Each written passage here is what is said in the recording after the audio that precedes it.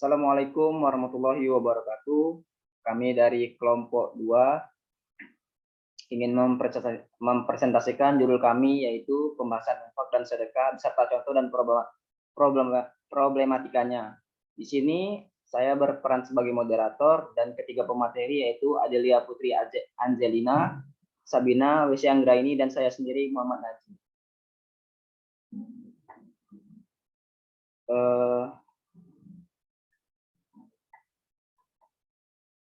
Materi yang akan dibahas ialah pengertian infak dan sodako, rukun syarat infak dan sedekah, perbedaan antara infak dan sedekah, bagaimana cara infak dan sedekah yang sesuai ajaran Islam, contoh-contoh problematika seputar infak dan sedekah. Nah, tanpa berlama-lama langsung saja kita masuk ke dalam materinya. Yaitu pertama tentang pengertian infak. Infak berasal dari kata anfaqo yang berarti mengeluarkan sesuatu untuk kepentingan sesuatu, sedangkan menurut istilah, infak bermakna syar, mal ila al-hajjah, atau mengalihkan harta untuk suatu kebutuhan. Atau secara bahasa, infak juga bisa menjelaskan harta yang berhukum wajib atau zakat dan nafkah, maupun berhukum sunnah. Penjelasan ini tercantum dalam Quran Surah Al-Baqarah ayat 267, yang isinya, hai orang-orang beriman, nafkahkanlah sebagian dari hasil usahamu yang baik-baik di jalan Allah.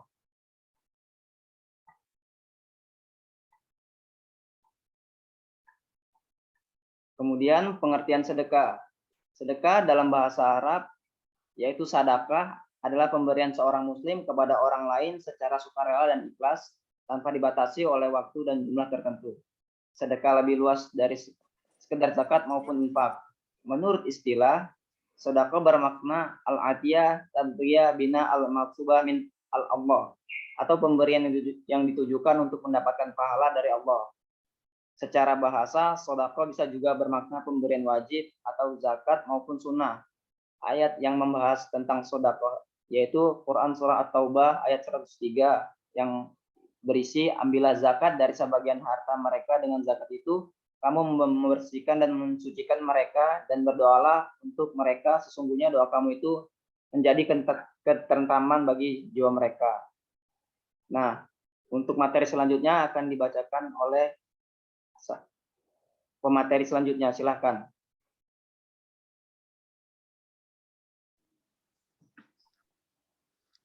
Infak menjadi salah satu ibadah sosial yang utama karena mengandung pengertian bahwa selain berdampak nyata terhadap membantu kesulitan saudara muslim atau orang lain yang mengalami kesulitan ekonomi, menafkahkan harta di jalan Allah tidak akan mengurangi harta, tetapi harta yang kita miliki akan semakin bertambah. Ibarat cermin yang memberikan manfaat bagi pihak yang memberi dan juga yang menerima. Besaran uang yang dikeluarkan untuk berinfak tidak ditentukan sesuai dengan keikhlasan dan setiap orang yang mengeluarkan infak. Rukun infak ada 4. Yang pertama, pemberi infak atau muwafik. Yang kedua, penerima infak atau muwafik lahu. Yang ketiga, barang yang diinfakkan. Yang keempat, penyerahan atau ijab qabul. Selanjutnya akan dibacakan pemateri.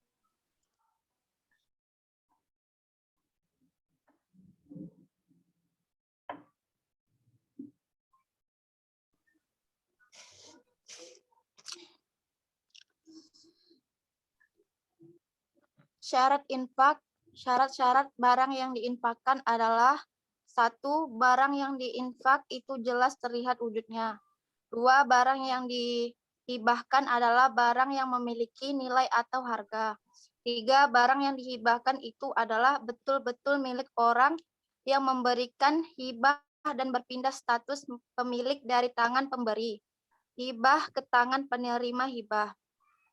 Cara infak dan sedekah sesuai ajaran Nabi SAW. 1. Memiliki niat yang tulus. Hendaknya sebelum berinfak, seseorang harus meluruskan niatnya hanya untuk mengharap ridha Allah. Sebagaimana Rasulullah SAW bersabda, yang artinya, sesungguhnya setiap amal tergantung pada niatnya, dan seseorang hanya akan mendapatkan sesuai apa yang ia niatkan. Hadis riwayat Bukhari Muslim. 2. Hendaklah bersedekah dengan harta terbaik dan halal. Sebagaimana Rasulullah SAW menjelaskan dalam hadisnya bahwasannya tidak ada sholat tanpa toharor atau bersuci, dan tidak akan diterima pula sedekah dari harta kulul atau diberi berkhianat dan harta yang haram. Hadis riwayat Muslim dan Al-Baihaqi. 3. Tidak mengungkit sedekah atau infak yang telah diberikan sebagaimana yang dijelaskan oleh Allah Subhanahu wa taala dalam kitabnya, yang artinya orang-orang yang menafkahkan harta di jalan Allah kemudian mereka tidak mengiringi apa yang dinafkahkannya itu dengan menyebut pemberian dan dengan tidak menyakiti perasaan si penerima. Mereka memperoleh pahala di sisi Tuhan. Mereka tidak ada kekhawatiran terhadap mereka dan tidak pula bersedih hati. Quran Al-Baqarah ayat 262. Rukun dan syarat sedekah. Rukun sedekah dan syarat-syaratnya masing-masing adalah sebagai berikut. 1. Orang yang memberi. Syarat-syarat orang yang memiliki benda itu dan berhak untuk mentasharufkan atau memperedarkannya. 2. Orang yang syaratnya berhak memiliki, dengan demikian tidak syah memberi kepada anak yang masih dalam kandungan atau memberi kepada binatang, karena keduanya tidak berhak memiliki sesuatu. 3. Ijab dan qabul. Ijab mempersembahkan dari orang yang memberi, sedangkan qabul adalah pernyataan dari orang menerima pemberian. 4. Barang yang diberikan. Syaratnya barang yang dapat dijual bersedekah. Harus dengan niat yang ikhlas. Jangan ada niat ingin atau ria atau dianggap dermawan. Dan jangan menyebut-nyebut sedekah yang sudah dikeluarkan. Apalagi hati-hati penerima, sebab yang demikian itu dapat menghapuskan pahala sedekah. Selanjutnya saya serahkan pada materi. Lanjut, perbedaan antara infak dan sedekah. Secara umum, perbedaan infak dan sedekah ini bisa dilihat dari segi wujudnya. Infak adalah keinginan memberikan sebagian harta atau penghasilan milik kita kepada orang lain untuk perintah yang dianjurkan dalam agama Islam. Sementara sedekah bisa berupa harta maupun non-harta. Dan tambahan untuk perbedaan antara infak dan sedekah dari waktunya. Infak dianjurkan pada hari Jumat atau habis sholat subuh, sedangkan sedekah itu bebas kapan saja. Lanjut, contoh infak dan sedekah. Berikut adalah contoh infak. Menyisihkan uang 50 di kotak amal yang kita jumpai di rumah makan, memberikan sejumlah uang kepada pengemis di jalan, memberikan sejumlah uang kepada lansia, menyantuni anak yatim dengan sejumlah uang untuk keperluan bulanan, memberikan sejumlah harta kita kepada badan-badan atau lembaga yang mengumpulkan sumbangan bagi umat Islam, contohnya di Palestina. Adapun contoh sedekah sebagai berikut: memberikan sejumlah uang kepada anak kecil yang meminta-minta di jalan, menyingkirkan batu atau pecahan kaca, melemparkan senyuman kepada sesama saat bertemu, membantu orang lain yang sedang kesusahan juga adalah sedekah. Tenaga atau pikiran menasihati seseorang agar menjauhi kemungkaran dan berbuat kebaikan adalah sedekah. Bahkan menahan diri dari perbuatan buruk atau munkar menurut Rasulullah SAW juga sedekah. Lanjut, contoh problematika infak dan sedekah. Problematika atau masalah itu dalam masalah mengenai infak dan sedekah masih sangat sering terjadi. Umumnya masalah ini menjadi hal yang sangat biasa di kalangan masyarakat. Persoalan seperti ini kadang membuat masyarakat enggan untuk mencari tahu kebenarannya dan terkesan membiarkan saja terjadi. Contoh, problematika infak dan sedekah. 1. Kurangnya pemahaman akan infak dan sedekah sehingga salah dalam pengaplikasiannya. 2. Kurangnya kesadaran dalam diri karena menganggap kedua amalan tersebut sebagai hal yang sepele. Ketiga, menyalahgunakan infak dan sedekah sebagai ajang untuk menunjukkan kekayaan atau bisa disebut dengan ria. Keempat, memilih mustahik yang kurang tepat yang jauh dari kriteria syara. Oke, baiklah. Kepada penanya kami persilakan untuk bertanya. Maksimal 4 orang penanya.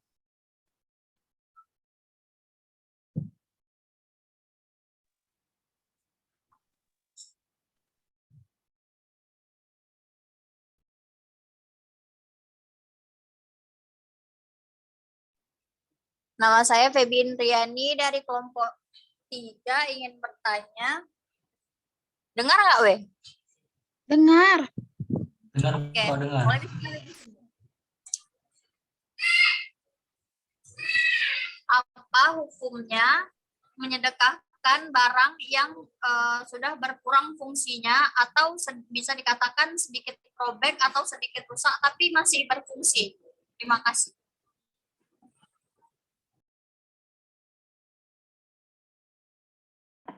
Lanjut pertanyaan kedua.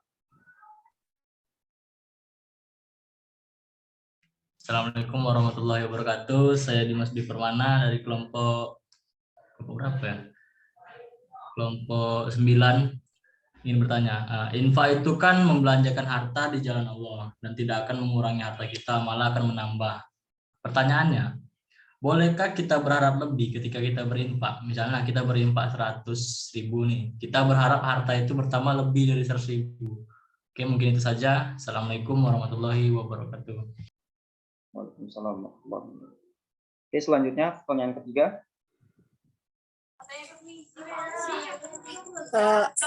Assalamualaikum warahmatullahi wabarakatuh. Nama saya Sonia Dalimunte. Izin bertanya kepada pemakalah, apakah boleh seseorang bersedekah dan infak jika dalam keadaan berhutang?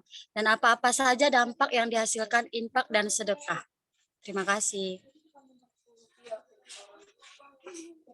Oke, selanjutnya pertanyaan terakhir, silakan.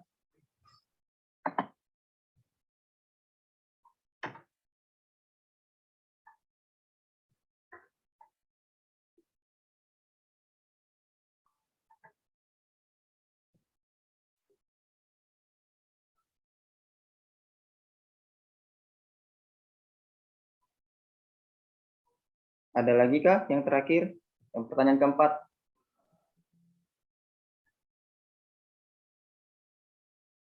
Arif ya, Arif. Arif Zulhandi.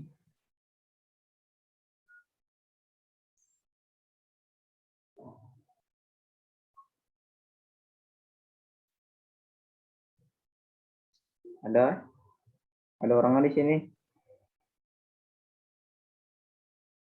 Orangnya ada, tapi enggak ini. Oke, baiklah. Boleh pemateri, boleh dipersilakan untuk menjawab yang sudah ada pertanyaannya.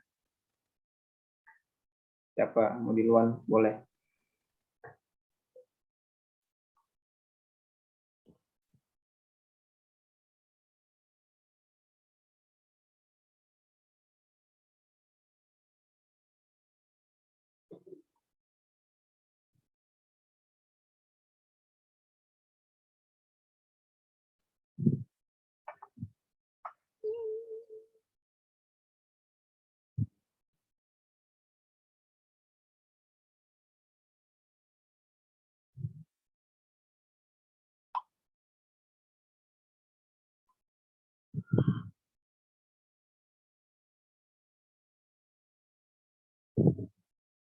Baiklah, saya akan menjawab pertanyaan dari Dimas Dwi Permana dari kelompok 9. Yang pertanyaannya adalah, infak itu kan membelanjakan harta di jalan Allah dan tidak akan mengurangi harta kita, malah menambah. Pertanyaannya, bolehkah kita berharap lebih ketika berinfak? Misalnya kita berinfak 100.000, kita berharap harta yang bertambah itu lebih dari 100.000. Dan sebutkan dalilnya. Nah, jawabannya ialah berinfak untuk berharap lebih ketika konteksnya masih dalam niatan untuk mempermudah kesulitan yang dihadapi, tentu saja boleh. Bahkan yang mungkin sifatnya duniawi seperti ingin kaya, ingin bebas hutang, dan tercapai keinginannya. Tetapi semua itu harus diniatkan dan diminta kepada Allah Subhanahu wa Ta'ala. Seperti dalil dalam Quran surah Al-Hadid ayat 18 yang berbunyi, sesungguhnya orang-orang yang bersedekah baik laki-laki maupun perempuan dan meminjamkan hartanya di jalan Allah dengan pinjaman yang baik, niscaya akan dilipat gandakan harta-harta mereka dan bagi mereka pahala yang banyak. Sekali lagi, berharap lebih ketika berinfak diperbolehkan, asalkan niatannya untuk mempermudah urusan dan bukan disalahgunakan dalam hal-hal atau kegiatan yang menyimpang dari agama.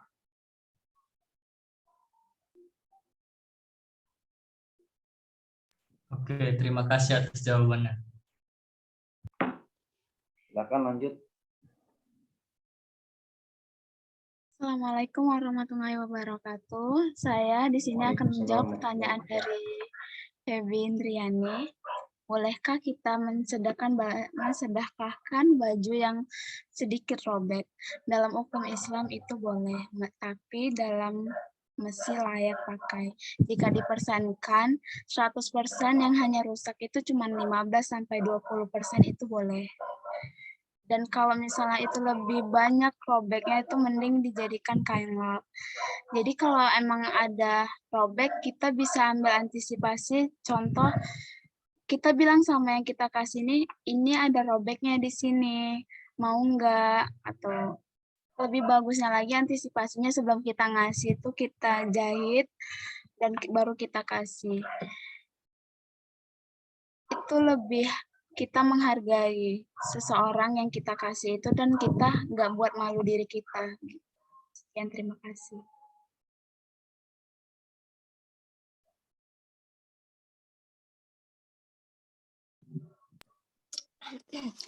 Baik, saya akan menjawab pertanyaan dari Sonia Dalimunte. Apakah boleh seseorang bersedekah dan infak jika dalam keadaan berhutang? Dan apa-apa saja dampak yang dihasilkan infak dan sedekah? Melunasi hutang memang kewajiban bagi seorang muslim. Dalam sebuah riwayat, Imam Tirmizi menerangkan, jiwa seorang mukmin masih bergantung dengan hutangnya hingga dia melunasinya. Dalam Islam, hutang dan sedekah memang memiliki hukum yang berbeda. Sedekah adalah sunnah yang sangat dianjurkan, sedangkan hutang adalah kewajiban. Untuk menjawab hal ini, hukumnya tidak boleh sama sekali.